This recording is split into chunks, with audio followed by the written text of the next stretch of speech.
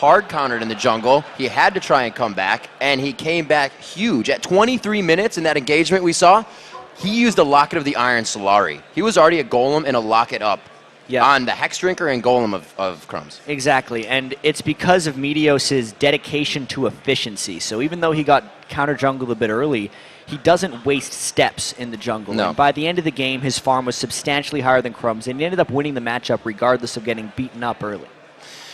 Looking at Champion Select now for this second game. Dignitas trying to hold on to this one in the best of 3 and keep themselves alive. Kiwi Kid taking one of his favorites, well, he got Zach to the top lane. They did get it. The picks and bans, as you see on your screen, being locked in.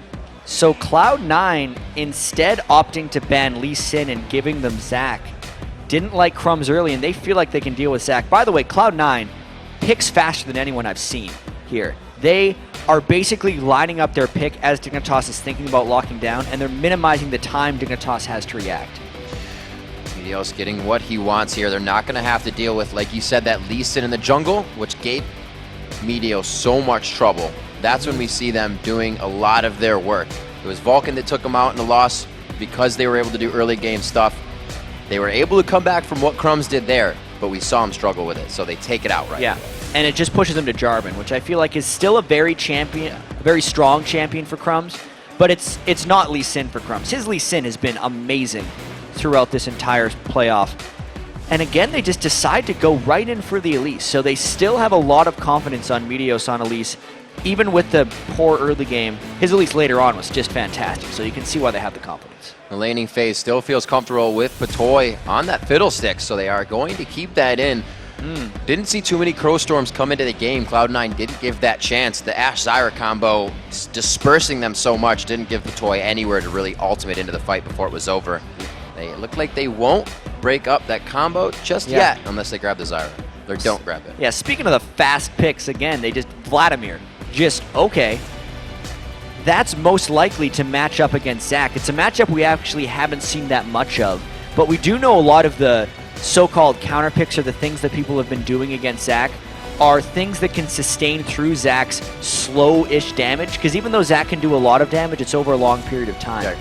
Champions like Nasus can generally heal up through it with all of his lifesteal, and Vladimir could absolutely just negate anything that Kiwi Kid tries to do in lane of Zach. So I do like the Vladimir pick. I probably think it's going for balls, but Cloud9 has been known to swap around lanes. What would be the ramp up with Zach? You look at Vladimir, it's that 7 to 9 when he keeps getting Q to 5. Where's Zach sit? Oh, right now, Zach, he has a very standard curve. All of his spells have mediocre to good scaling, and they just go averagely throughout the game, right? So he doesn't necessarily have those weak and strong moments. Late game is probably his point because of the percent health healing that he has, but other than that, he's pretty standard. We'll have to see what they do with this lane. Looks like Skara may be running the exhaust Karthus. A lot of times when we saw Skara run Karthus or Diana, they would put him in the long lane, but they're on blue side this time, so they may just give it to him. Yeah, that's a pretty bold pick there against High Zed. That's what a lot of people just end up doing, as you say, because they need to exhaust that death mark. But Zyra Ashe, once again, for Cloud9. They're undefeated on that. I think Dignitas is trying to counteract all of Cloud9's team fight and team fight control. But again, Cloud9 has utility in the bottom lane and then just heaps of damage from their solo lane. So even though they have different champions in the top and the mid lane, this game, Cloud9 has a very similar style for the comp they want to execute. So who do we focus this time? You know, Odie said that everybody focuses on to Kiwi Kid, and it's something the team has to adapt about. The team has to think of that next step before each other do, if you will, to be there one step ahead. So how are they going to be able to do this? Will they still focus on to Kiwi Kid to shut that down and cause Dignitas that trouble to pick him up? Yeah, I feel like the teams that have beaten Dignitas most this summer are the teams that kill Kiwi Kid, because he and the rest of Dignitas don't react well to him getting picked on. He'll die the 5 times, but then he'll die 5 more, and that's really what ends up costing them the games. I would expect it to be a pretty smart thing, because balls can just walk all around where Zach is going, and then the rest of Cloud9 will be able to move as they may.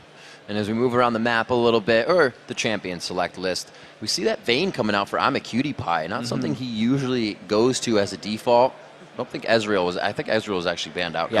Coming into this. So we'll have to see how he does on that. Cutie Pie likes to get his damage out early, so we'll see if he can still thwart or get that in there. The crowd is ready for the game. We are onto the Rift. It's Dignitas versus Cloud9. as Dignitas tries to hold on to the spot in this series. Yeah, you absolutely mentioned that Vayne for AmaCutiePie. And you pick Vayne oftentimes because he's the only AD carry who can really duel Zed. Right. And that's actually something that Sneaky said when he picked Vayne at one point in the season. He's like, why'd you pick Vayne? Oh, it's because I can kill Zed.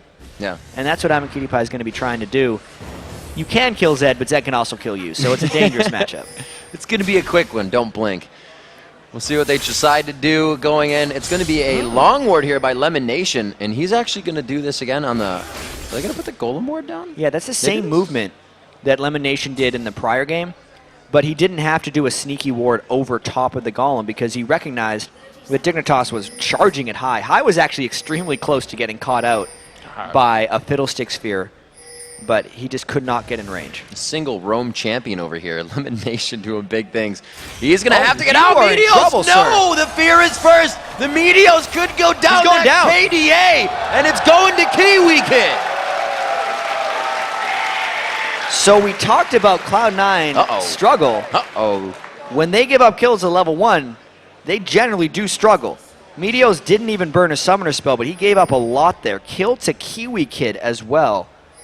Assist to his jungling adversary, Crumbs. This could be trouble for Meteos. Pretty different. Dignitas, that was a really good read. How often do you see an entire team walk out and then back into their tri-bush around the Dragon's Den? They definitely caught Meteos off guard there, but at the same time, I don't really know what Meteos was doing there. He was giving a little backup to Lemon Nation, but Lemon's like, I'm out. You might want to get out too. He's going to get back into his jungle, not hurting just yet. It is a Doran shield and the boots buy to come in for Kiwi Kid to start. Started off with a shield, so he got himself some boots there.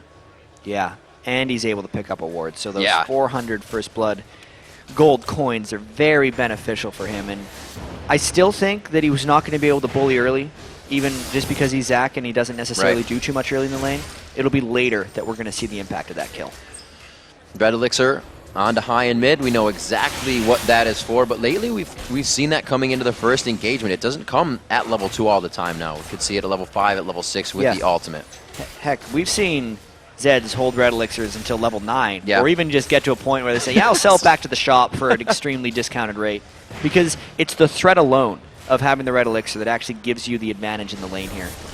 If they get ganked or if they start fighting. A really good bounce to go on to Lemon Nation, but they have already delivered enough damage back to Patoy that they cannot act on the silence just yet. We're going to see Lemon Nation and Sneaky, well, not pushing as hard. The plants are really pushing for him, but they are stalling the lane. Yeah, the ward advantage is also going to be on Dignitas for the most part because they all got a little bit of extra gold from that First Blood. Crumbs has taken the long way around here. They know there's a river ward that he's actually going to be able to dodge because of the way he's jumped over all these walls. And Sneaky and Lemon Nation do not know where Crumbs is, but Crumbs' mana is actually a little bit low for these combos. Sneaky and Lemon Nation are in a whole bunch of trouble right now. This was a flash fear last time. He flashes, he gets the fear. Can they get on to Lemon Nation? He absolutely flashes on the flag and drag, and it looks like he may be able to get out. Another flash, the barrier, and the kill. A second one as the retribution comes in from Sneaky. That's one of those not worth ganks because I'm a AmaCutiePie burned flash and barrier. Lemon Nation didn't, Sneaky didn't burn either one until now. That's not very sneaky whatsoever. Looks like he forgot to tie his shoes on this one. The red buff, the flash, it's ticking. He's burning. He misses the flag toss. Wow. Smiles from Sneaky after that. There's the stun by Meteo. Oh dear, high going in. There's that red elixir. He didn't even use the red elixir. Didn't need to. Well, that escalated quickly. Oh, a little bit. 2 kills to 2 already, 4 minutes, 20 seconds into the game. Cloud9's just recovered from that First Blood, by the way, because getting the kill onto Sneaky, getting the kill from Meteos already, Meteos is fine in this game, and now he's even going to be able to counter jungle a bit of Crumbs because he knows how long he stayed in that bottom lane. Got the kill, already has a 10 CS as well on Crumbs, so he is moving, and he is moving at a high pace. Looks like we're going to have the Brutalizer coming out quite quick here for High, as he knows he's getting a bit of an advantage as well. But still, like we said, did not use that red elixir. It looks like the AD carries are actually May triple Dorans on each side this time. It'll be the first. AmaCutiePie's definitely gone a little bit heavy into the Dorans department right now because he recognizes he gave up the first kill to Sneaky, and in order to be competitive, he had to go early game items, knowing that Sneaky's going to do his thing. It's one of those scaries, do I match him or see if I can get ahead of him situations? And usually you just match. Choice. Go with it safe. Good pink ward coming down from Crumbs. He was actually focusing that spot quite a bit in his last invasions as they were on the purple side, so he's going to get that covered a bit for Skara so he doesn't get flanked from his rear. Cutie Pie and Patoy still just sitting in the middle of this lane. We haven't talked about too much of the top lane either. Balls and Kiwi Kid going at it, but like we said, those guys aren't going to be doing much to each other anyways. I'm actually okay with not checking out that top lane. I don't think there's much to talk about. Vladimir and Zach are going to be farming, especially with all this action going down in the bottom lane. Fool me once, says Lemon Nation, but not twice. He's going to be checking that brush with seeds for the rest of this game. We do see him a little bit, 38-33. Like you said, the kill not having too much of an effect on this game, and we don't see Kiwi Kid really come into play until later. Nice 3-bolt proc there by Cutie Pie and a sneaky, but it's not going to matter. He's still got the potions. So we see the flash down for Patoy still, that last engagement. Still waiting on barrier for Cutie Pie. Haven't seen too much aggression just yet from Meteos in this bottom lane, but he may look to act on that in just a few. But he's going to be walking through a ward. This is another one of those games where Meteos had the one hyper-efficient gank that got a kill, and aside from that has been out farming Crumbs. Level 6 to level 4. Whoa! And now he's just running at it. That's not the fight you want to have. He decides to back out here, and that is smart play. Knowing you got the advantage on the jungler means he has free time pretty much for the next 20 seconds as Crumbs backs. Exactly, and Skara now becomes vulnerable down at this turret. He's down and exhaust still. If Meteos comes around as High goes in, it would be a kill. It's just a matter of having the minion wave there and the timing right. I think instead of doing a risky dive, Cloud9's taking a safer route here. Yeah. They know Patoy and I'm a Cutie Pie are both still level 5. They know Jarvan is not there, and High has supremacy over Skara in the mid lane. This is just a bunch of advantages that Cloud9 is cashing in. Meteos dipped in for that kill in between the turrets and still saw the back by Crumbs. Yeah, remember, that flash and barrier are down, so what Cutie Pie and Patoy just did there was quite dangerous, but they will have a bit more of a timer on what happened at Dragon. Dignitas was able to grab a few for themselves. 2-2 now in the game. We have to remember Dig grabbing first blood. Didn't happen the same way this time. No, this was a little bit different, a little bit faster. Yeah. And the first objective also going down very quickly here. High still sitting on that red elixir, by the way, and farming very well against Skara early, I'd have to say. Karthus generally farms amazingly well, and Zed actually, if he has a struggling point in the lane, it's very early on, and High's bypassed that, so High will be farming extremely well for the remainder of this game. 58-61 on our matchup there between those two, so we'll have to keep track of how they are doing. A 7-7 wet noodle fight in the top lane. They're just accruing gold on each other. It's been Kiwi finding himself some gold, but we're not going to see any real pressure from these guys. They didn't even have any part in the Dragon, so that island is don't even have teleports or breaking off and floating away. Yeah, and I actually feel like this lane's going to turn in Balls' favor very shortly. He's been able to pick up the spell vamp right now, and he can shove that lane actually a little bit faster than Kiwi Kid can. So we're looking at about 1,000 gold lead here in favor of Cloud9, able to grab the objectives. A few kills in their favor. Kiwi Kid's first blood still playing in effect for him. We're seeing that to come within the next 10 to 20 minutes. A little bit of a grab on Patoy. Patoy always coming out with this amount of health in the beginning, but there's Crumbs. He reads it. Another flash engage from Patoy, but this time Lemon has ulti too. A beautiful condemn against the wall at the last second that Sneaky needed to fire. Crumb's counter gank pays off this time. He spends so much more time looming around to counter gank than Meteos does, generally speaking. And now maybe they can get another one. High burned the exhaustive Scar as well. Finally got that red elixir out. I was weighing him down. Look out, I'm a Cutie Pie. There's a spider. Gets the lockdown. So much damage. Half health. The grasping roots matches. Hits down Cutie Pie. He just got his barrier back and he was forced to use it in defense. And that's just efficiency right there. Meteos spent all but 10 seconds waiting in that brush and gets rewarded with the kill. There's tick, the ignite. Tick, boom. And there's the zombie Karthus. High picking up a kill for himself.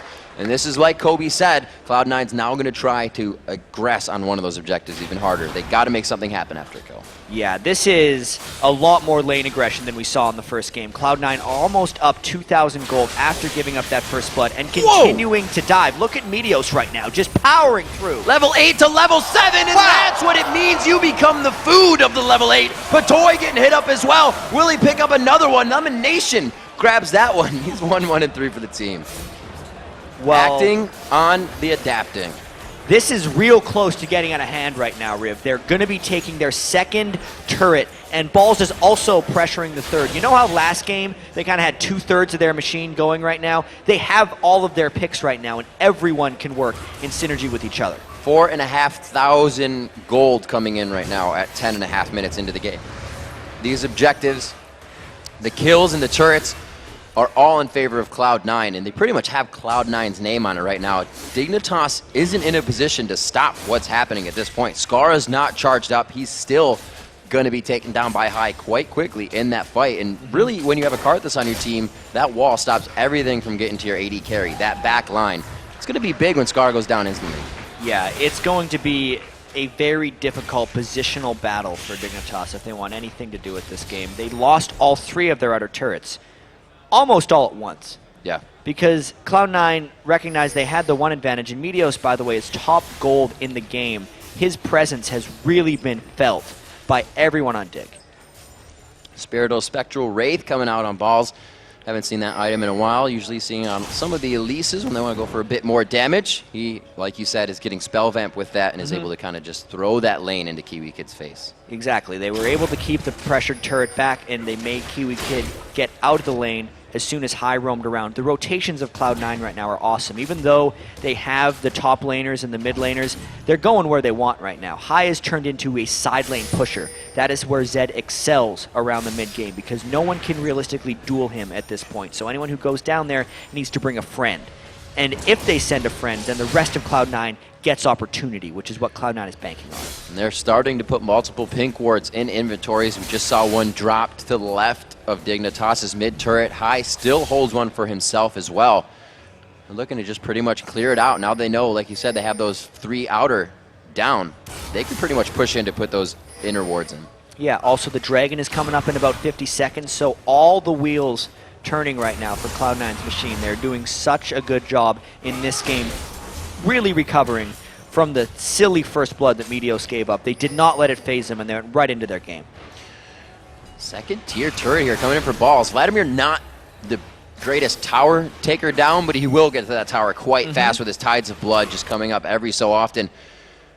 And it looks like Kiwi Kid isn't able to stop that. And nobody's putting any pressure towards that top lane. The big thing about the Vladimir split push isn't that he takes turrets quickly, it's that you can't get rid of him. He's Flash Ghost with the Pool of Blood, and you can't out-harass him once he gets that Spectral Wraith. So that's exactly what he's trying to do to Kiwi Kid right now. He's just wearing him down. And there's multiple points on the map right now where Dignitas needs to send more people than they have. Ah, the days of running Flash Ghosts. Still happens if you're Vladimir. Still happens if you are Vlad.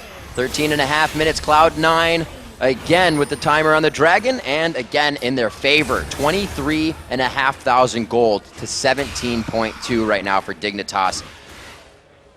That gold lead is about a core item, but it is evenly spread across the team. There's 3 kills for Meteos. Wonder if he'll start going for any bit of damage soon. It looks like he's going to go again for help for the team. Well, specifically, supports benefit the most when the team is creating a lot of objectives because they generally have no gold flow to begin with. Right. And you can see Lemonation has just kind of parlayed that into multiple gold per 10 items, just making sure he's going to have a bunch of gold flow later. He could actually build a big-time Zyra build if this game gets late. Kiwi Kid going in. They're trying to deter something here. There's the wall to keep them back. Scar getting caught up. They flash it, but it's going to be right into High. He throws down the damage. The Hemoplague about to take down Scar. Nothing you can do about that as Balls picks up his first kill of the game there. Balls actually walked in to finish Scar, then he realized his ult would finish him anyway and just backed away. That looked pretty painful. Grasping roots from across the side there, and it looks like Meteos is going to get himself caught out. Too bad he couldn't reach the Wolves. Yeah, Meteos was a little too far from home in that one. Yep. Slightly overzealous, but the rest of Cloud9 is still able to press down because they got the Scar kill, and High is just happily pushing bottom. PewDiePie making great work of a Condemn there to really put the damage down, and we see him starting to go for that. Oh, he has the Bilgewater, starting to go for that Blade of the Rune King. Once he finishes that, we'll get that Zed duel potential. But if Zed positions correctly, the Condemn is really one of the biggest things, that you're not next to that Shadow anymore. You're not next to him, and you can part ways.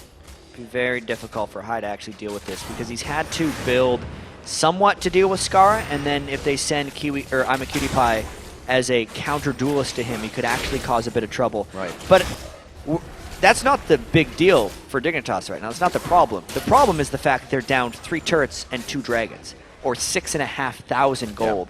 Yep.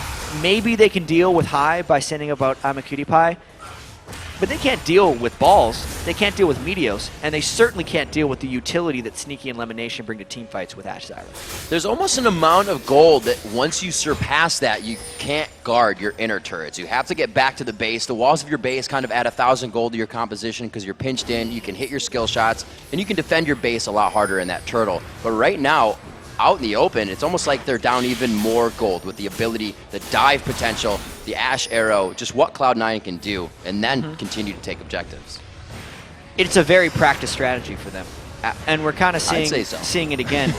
Undefeated Ash Zyra. Yeah, it was almost a little strange because they ran it so much during the regular season, during their win streak, that it almost seemed, oh, when they get to the playoffs, surely teams are going to take the Ash Zyra away, and Cloud9's not going to know what to do.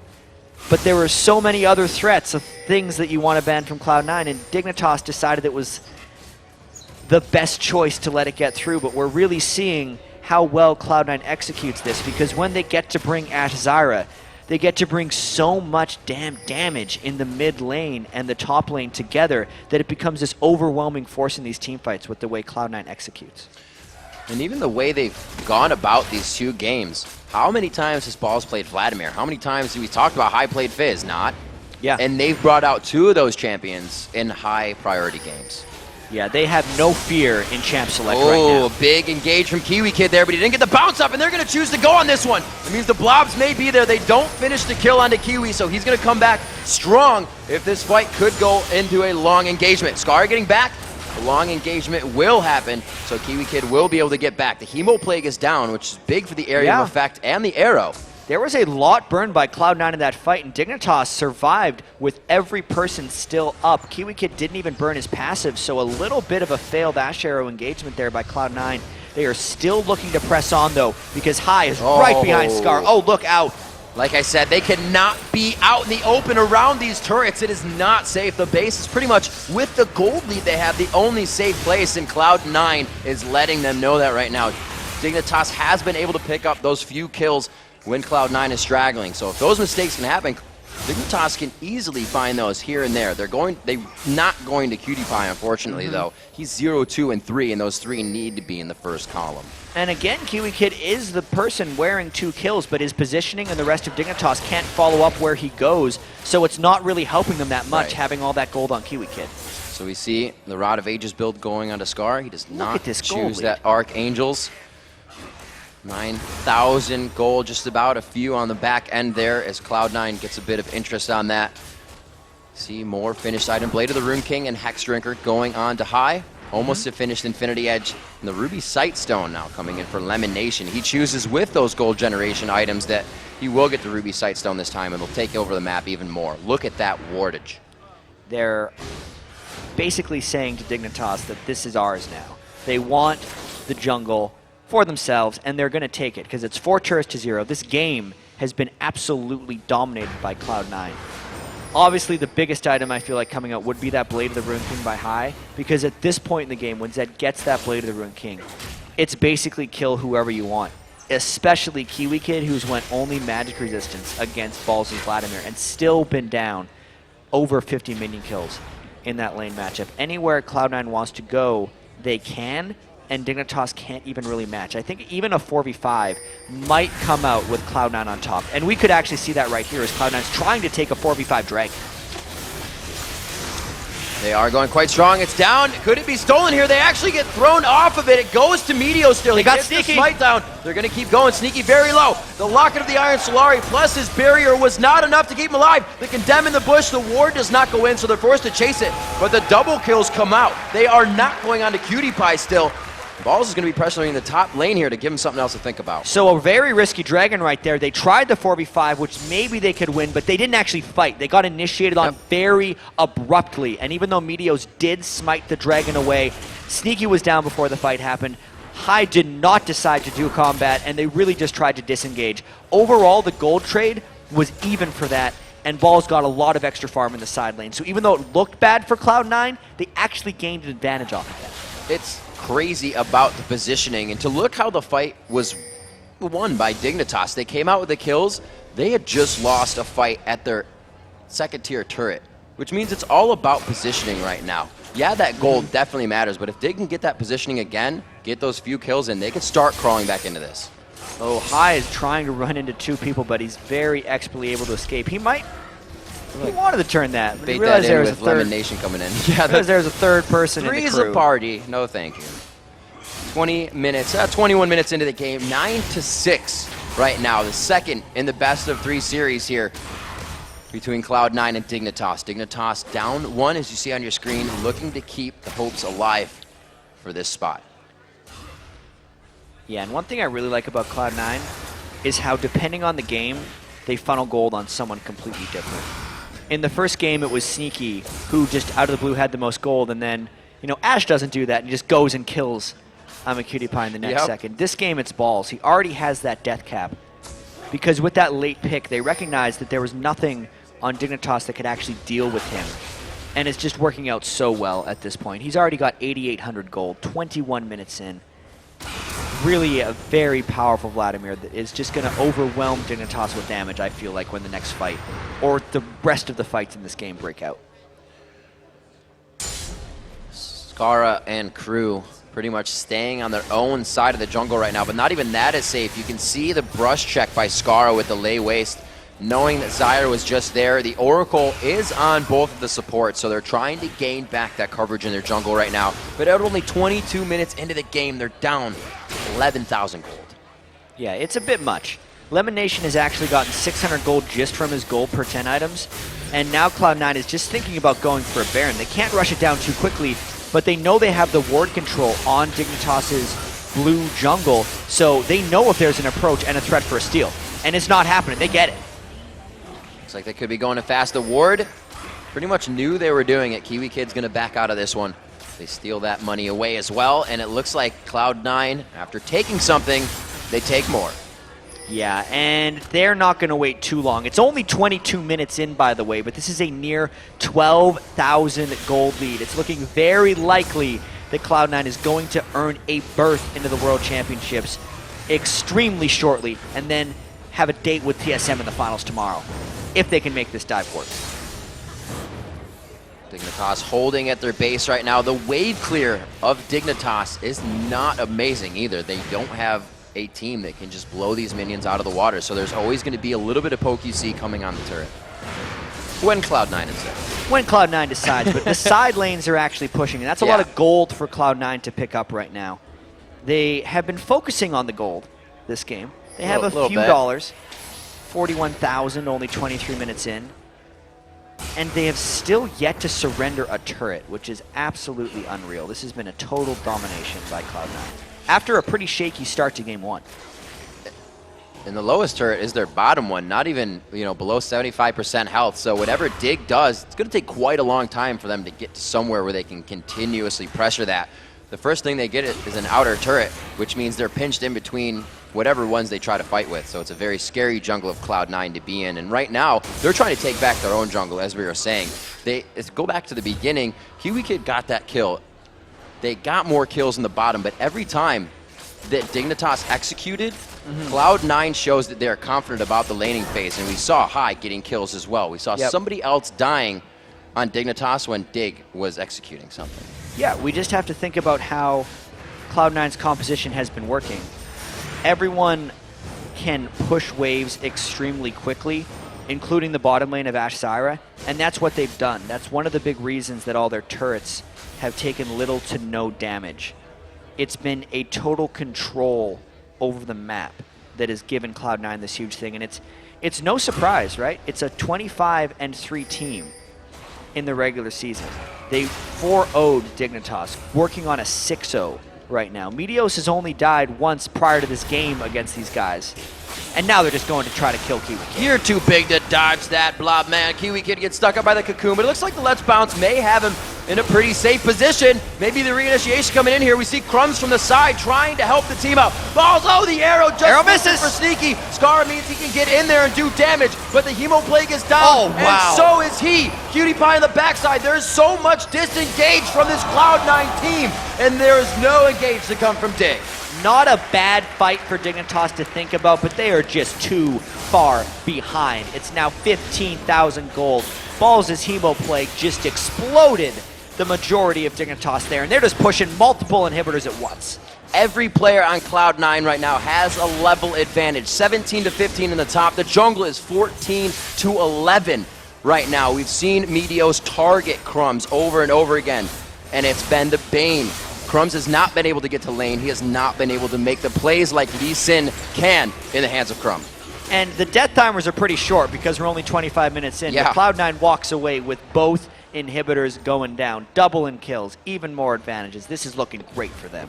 Cloud9 going to continue some pressure. Crumbs finds High right on the outside. See how much damage that does. So an engagement just from him can take one of the tankier guys down to half HP here. Yeah, he didn't even really stick around either. He could have hit him a lot harder, but he recognized there was a few other friends coming for Crumbs, so he wanted to get out of there, knowing that Cloud9 has this game completely in hand.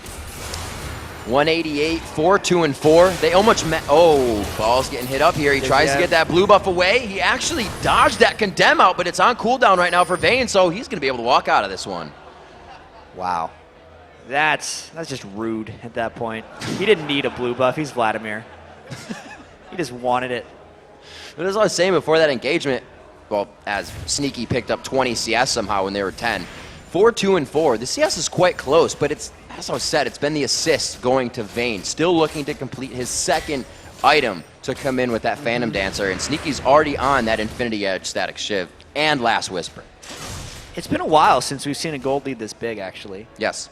This is definitely the most one-sided game we have seen this entire playoffs, or even if we're counting the Challenger tournament as well. This is just absolute domination by Cloud9, and Dignitas has almost nothing left that they can do. Both of their side lanes are going to have super minions coming. They're going to try to defend this one, but at this point, Cloud9 might just be showing off. They should be able to wreck this next fight. As we see Cloud9 over and over again as history repeats itself, they are always sure about aggression in their lead. They know when to push. They don't let up. High is in the bottom lane already, so Dignitas has multiple things to think about, especially an arrow from Sneaky. Crumbs tries to go in with Kiwi Kid. It's going to be on to Sneaky. A nice Cataclysm to the backside. Will they be able to drop Cloud9 in the base, though? Like I said, Dig has that chance in the base to get this, but it's already 3 down. It's going to be Kiwi Kid following next as he's going into the blob form. He goes down. The turrets may be able to save him, though. Meteos on the outside with High. They are still aggressing, and they're almost lost the Nexus turret. They got him as well, so that's 4 for 0. The Super Minis have arrived. Nobody on Cloud9 died. They're going for it, Riv. The best of 1, the best of 3. Cloud9 knows how to play it in front of a stage, on the stage, in front of a crowd. They're able to take it, and they've done what they've done all season long, the victory. Yeah, it's safe to say Cloud9 knows how to play League of Legends pretty well right now, Riv, no matter what stage they're on. They have now safely qualified for the World Championships, and it's all about the bye now. They move on to the North American Regional Finals to face, honestly, some of their pretty good friends in TSM. You can see them talking. They realize that was a different type of game. You have to. Hats off type of game, where you just give credit to the other team. Really, Dig didn't have a chance to make mistakes. They were taken out of lane as soon as they got into it out of their base. They were always hiding in the brush. At one time, I think we saw 9 wards in the jungle of Dig when we looked down at the security system that Lemon Nation had installed. But these guys were on top of everything. And you kind of want to say it was right from the very start, but it wasn't even, because Meteos gave up first blood. Right.